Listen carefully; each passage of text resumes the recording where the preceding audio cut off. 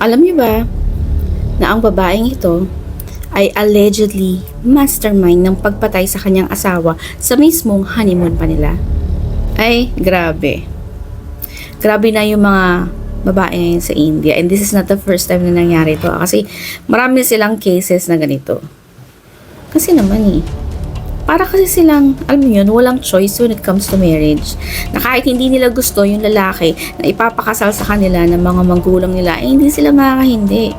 Tapos, yung divorce pa sa kanila is considered bawal at hindi ina-encourage because they believe it's sacred and should be permanent.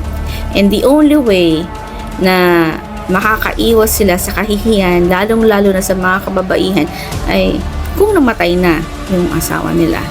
So, ito na nga yung trend sa kanila ngayon. Papakasal sila now, tas chuchugiin nila yung asawa nila after. At ito nga ang sinapit ng lalaking to. Sila ang mag-asawang Raghuvanshi. Si wife ay si Sonam, 25 years old, at si husband naman ay si Raja, isang 29-year-old na businessman, kung saan nagkaroon sila ng magarbong kasalan noong May 11, 2025. So, after nga nung kasal nila noong May 11, ay bumiyahe sila papuntang Meghalaya noong May 20 para sa kanilang honeymoon.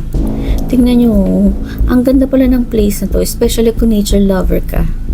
Okay, pagdating nila doon ng May 22, 2 days inabot yung biyahe nila kasi nag-travel lang sila by land. Nagpahinga muna sila sa kanilang hotel. Then kinabukasan, ready na sila to explore. At ito yung huling kuha sa kanila ng CCTV nung place na pinagstayan nila. Makikita dito na itong si wife habang may inaayos si Mr. ay busy sa kanyang phone. Lumalayo pa nga siya, di ba? At ang sabi ng mga pulis dito ay sinishare na daw nitong si wifey yung location nila. In that day of May 23 ng hapon, yung huli nilang nakausap yung mga mahal nila sa buhay. Okay, I'll just give you brief context about this, Sa India kasi, kagaya dito sa Egypt, very close yan sa mga family nila, lalong-lalo na sa mga nanay nila. As in, mahina ang 5 times na phone call every day. Tapos sila pa naman, hindi sila mahilig mag-text. Tawag talaga. Ganun sila. So, pag hindi ka nila nakausap ng hanggang 3 beses, mag-worry na talaga yung mga yan. What more kung buong araw, hindi ka matawagan, tapos naka-off pa yung phone mo. Kaya nga, nung May 24, yung both families ay nag-report na sa mga police na itong mag-asawa na bagong kasal, nawawala nga. So, nagkaroon ng search from May 24 hanggang May 30. Medyo nahirapan pa sila kasi maulan that time.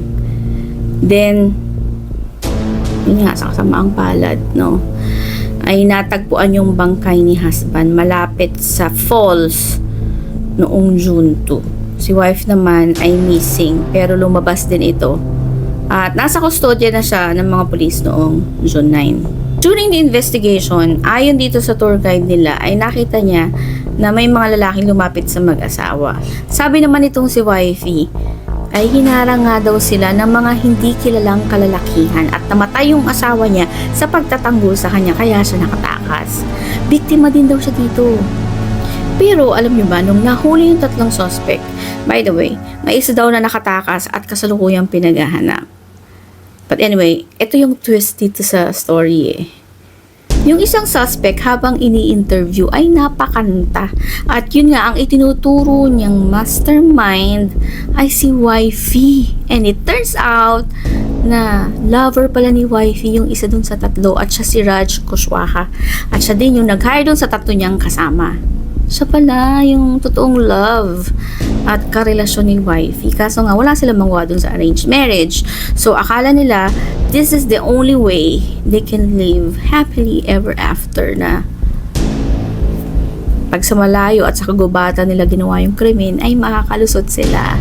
Pero no! Nabisto Actually, ang bilis ng action ng mga pulis dito knowing yung mga past cases ng India. Pero this time, ang bilis talaga. Ang galing. Yun na nga, na-shock yung magkabilang pamilya. At yung family ni husband Ang gusto nila ay death penalty once na mapatunayan na sangkot at kasama sa pagpaplano itong daughter-in-law nila. Saklap, no? Hirap talaga pag arranged marriage tapos ay mahal kang iba na gusto mo sana siya yung makasama mo pero wala kang magawa kasi wala kang choice eh. If they can only say no, right? Kesa sa humantong pa sa ganyan. Anyway, mga kasyopaw, no, update ko kayo regarding this story pero ano ang masasabi nyo about this? Comment down below and thank you for watching.